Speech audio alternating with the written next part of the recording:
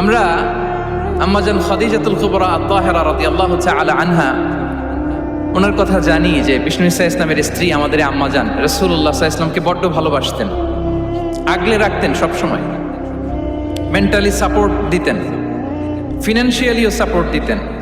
বিষ্ণু ঈসা ইসলামকে আম্মাজান খাদিজা এতই ভালোবাসতেন, বিষ্ণু ঈসা ইসলাম বলতেন রুজিকতু হুব্বাহা, আমি খাদিজার ভালোবাসাকে রিজিক হিসেবে পেয়েছি। সুবহানাল্লাহ।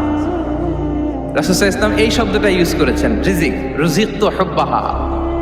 এবং তিনি দোয়া করার সময় বলতেন, আল্লাহ কিয়ামতের সে বিভীষিকাময় দিনে যেদিন বন্ধু বন্ধুকে চিনবে না, স্বামী স্ত্রীকে চিনবে না, বাবা সন্তানকে চিনবে না, পীর সাহেব মুরিদকে চিনবে না, নেতা কর্মীকে চিনবে না, ভাই বোনকে চিনবে না, সেই কঠিন মুহূর্তে আল্লাহ আমি আমার খাদিজাকে যেন ভুলে না যাই। রুজিকতু হুব্বাহা, খাদিজার প্রতি ভালোবাসা আল্লাহ তাআলা আমার হৃদয়ে রিজিক হিসেবে দিয়েছে।